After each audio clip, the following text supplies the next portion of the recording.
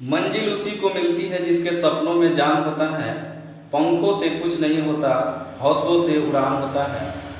Hi friends, कैसे हैं आप सब। मैं रमेश कुमार अपने एजुकेशनल चैनल एक्सेलेंट एडुकेयर पर आप लोगों का फिर से स्वागत करता हूं। आज आप लोगों के बीच हम लेकर आए हैं अनुगमन वेग तथा विद्युत धारा में संबंध। इससे पहले वीडियो में हम लोग विद्युत धारा के बारे में पढ़े थे। आज हम लोग अनुगमन वेग पढ़ेंगे और इसके बाद से ये दोनों में संबंध स्थापित करेंगे। तो चलिए हम लोग शुरू करते हैं अनुगमन वेग।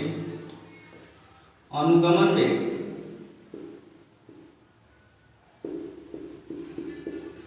जब किसी चालक में हम अगर कोई चालक है, इस चालक में अगर हम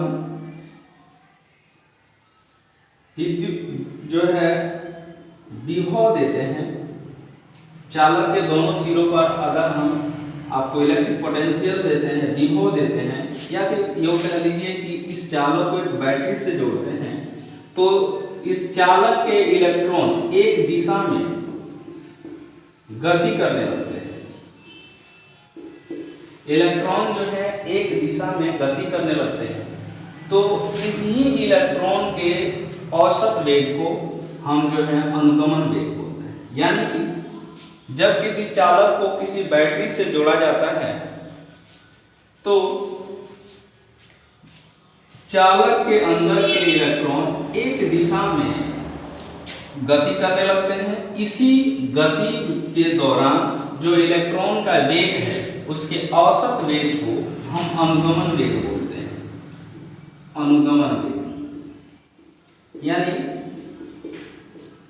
चालक में प्रवाहित इलेक्ट्रॉन के औसत मान को हम क्या कहेंगे, अनुगमन वेग। इसको इंग्लिश में हम बोलते हैं ड्रिफ्ट वेलोसिटी। और इसी के दो लेटर यानी ड्रिफ्ट का कैपिटल डी और वेलोसिटी का स्मॉल v को लेकर इसको हम डिनोट करते हैं bd से। यानी जो है v का मतलब वेलोसिटी और d का मतलब आपको ड्रिफ्ट है। इस अनुगमन वेग को हम vd से डिनोट करते हैं।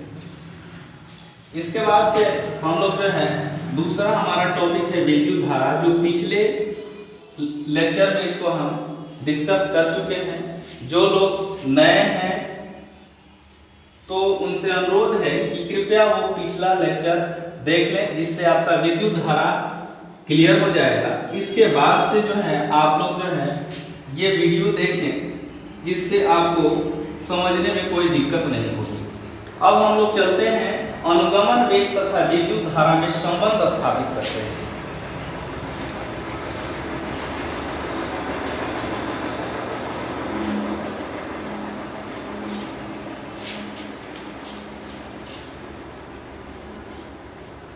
हम एक चालक ले लेते हैं। चालक की लंबाई को एक चालक ले लेते हैं। इस चालक की लंबाई को हम L रखते हैं। इसके अनुप्रस्थ काट का क्षेत्रफल, अनुप्रस्थ काट का क्षेत्रफल यानी आपको A ले लेते हैं। क्रॉस सेक्शनल एरिया इसका A हो गया। इसका लेंथ जो है, लंबाई है, वो हम ले लिए आपको L। इसमें जो है इलेक्ट्रॉन को हम दर्शा देते हैं। इलेक्ट्रॉन को इसके अंदर, चालक के अंदर दर्शा देते हैं।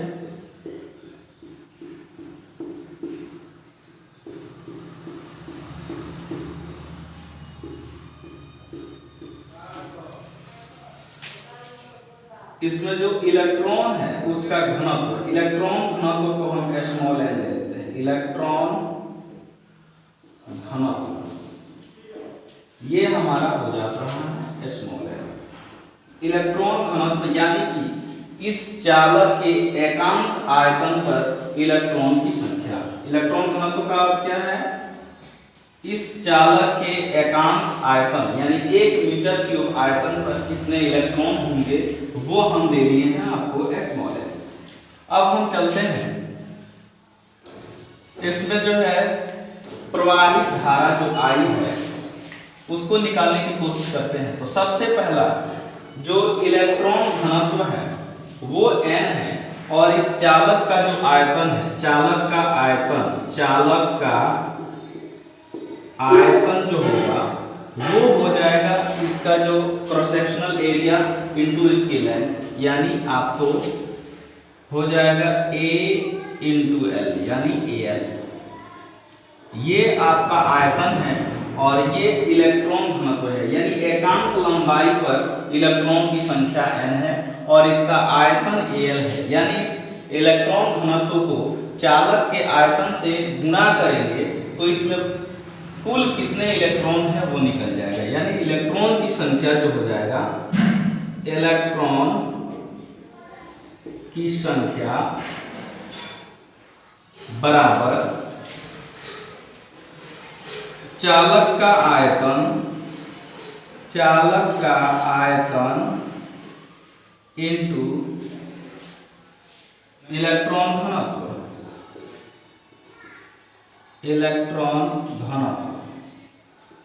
यानी जो हो जाएगा आपको Al इंटू n यानी AlN। इस चालक में हमें पता चल गया कि टोटल जो इलेक्ट्रॉन है वो आपको AlN है। अब जो है हमें मालूम है कि इसमें इलेक्ट्रिक करंट ज्ञात करना है, तो इलेक्ट्रिक करंट ज्ञात करने के लिए इसमें कितना आवेश है वो निकालना होगा।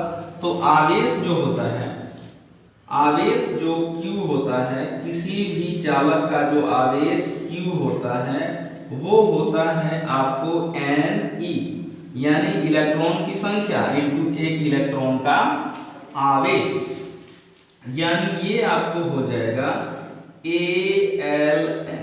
AlN कहां से आया?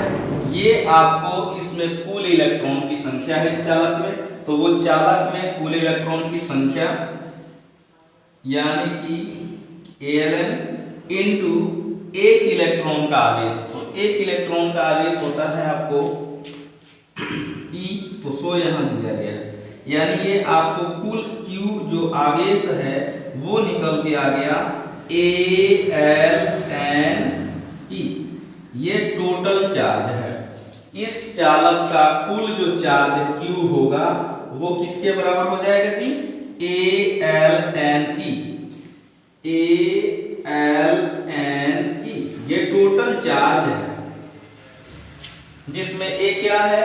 इस चालक के अनुप्रस्थ काट का क्षेत्रफल। अनुप्रस्थ काट का क्षेत्रफल कहने का अर्थ है अगर ये चालक बेलन के आकार का है तो ये वाले क्षेत्रफल को हम बोलते हैं अनुप्रस्थ काट का क्षेत्रफल यानी क्रॉस सेक्शनल एरिया। ये जो है इसकी लंबाई जो दी गई है वो L है और इसमें प्रति एकांक आयतन पर, यानी कहने का मतलब 1 मीटर क्यूब आयतन पर जो इलेक्ट्रॉन की संख्या है वो हम यहाँ लिए हुए हैं n। तो जो है इसके क्रॉस सेक्शनल एरिया में किसी भी बेलन के आकार का कोई बॉडी है तो उसके क्रॉस सेक्शनल एरिया को उसके लेंथ से मल्टीप्लाई करते हैं तो वो आयतन के बराबर होता है। उस आयतन में इलेक्ट्रॉन घनत्व से मल्टीप्लाई किया गया Aln हुआ, तो ये बताया आपको कुल इलेक्ट्रॉन की संख्या, और कुल इलेक्ट्रॉन की संख्या में E मल्टीप्लाई कर दिए तो ये आपको कुल आवेश के बराबर यानी Q के बराबर हो गया। अब जो है हम लोग Q निकाल लिए, अब हमें करंट ज्ञात करना है। तो करंट के लिए हम पिछले क्लास में पढ़े हैं कि जो करंट I होता है, धारा जो I होता है वो Q/T के बराबर होता है। ये हम लोग पिछले क्लास में पढ़े हैं कि जो I होता है, धारा I बराबर Q/में क्या T। तो Q तो हमारा निकल कर आ गया है AlNE, यानी जो Q हो जाएगा वो हो जाएगा AlNE डिवाइड बाई टाइम यानी T। जो करंट I आया वो हो गया आपको AlNE बाई में T। अब जो है इसको इक्वेशन रखते हैं फर्स्ट। इसके बाद से हमें जो है आपको अनुगमन वेग तथा विद्युत धारा में संबंध स्थापित करना है। तो अनुगमन वेग भी एक प्रकार का वेग है जो आपको Vd से डिनोट किया जाता है। Vd या कैपिटल D ही लिख लेते हैं। Vd जो होगा वो क्या होगा, इस चालक की लंबाई L डिवाइड बाई क्या, T। L बाई T को हम क्या बोलते हैं, अनुगमन वेग। क्योंकि हम डिफिनेशन में पढ़े थे कि जब किसी चालक में अगर हम कोई बैटरी जोड़ते हैं तो बैटरी के जोड़ने के कारण इलेक्ट्रॉन एक ही दिशा में गति करता है और उसमें इलेक्ट्रॉन के जो वेग है उसी के औसत मान को हम क्या बोलते हैं, अनुगमन वेग। तो अनुगमन वेग जो है क्या हो जाएगा, इस चालक की लंबाई बटा में क्या, समय, यानी L बाई T। अब हम जो है इसको कर देंगे सेकेंड इक्वेशन। अब देखते हैं कि पहले इक्वेशन में जो L बाई T है उसके जगह पर हम इस Vd को रख सकते हैं, यानी जो है हमारा इक्वेशन बन के आ गया I बराबर L जो AL N E divide by T है, इसमें L बाई T के जगह पर हम Vd रख दें तो हमारा जो इक्वेशन आ जाएगा I बराबर A Vd कैपिटल D लिखते हैं, Vd N E, A तो A हो गया और L बाई T को हम Vd लिख दिए, फिर N है फिर E है, यानी I बराबर आपको A Vd N E। या हम इसको ऐसे भी लिख सकते हैं, ये भी एक रिलेशन है जिसमें V और I है, यानी ये विद्युत धारा और अनुगमन वेग में संबंध है। चाहे हम ऐसे भी लिख सकते हैं कि जो Vd है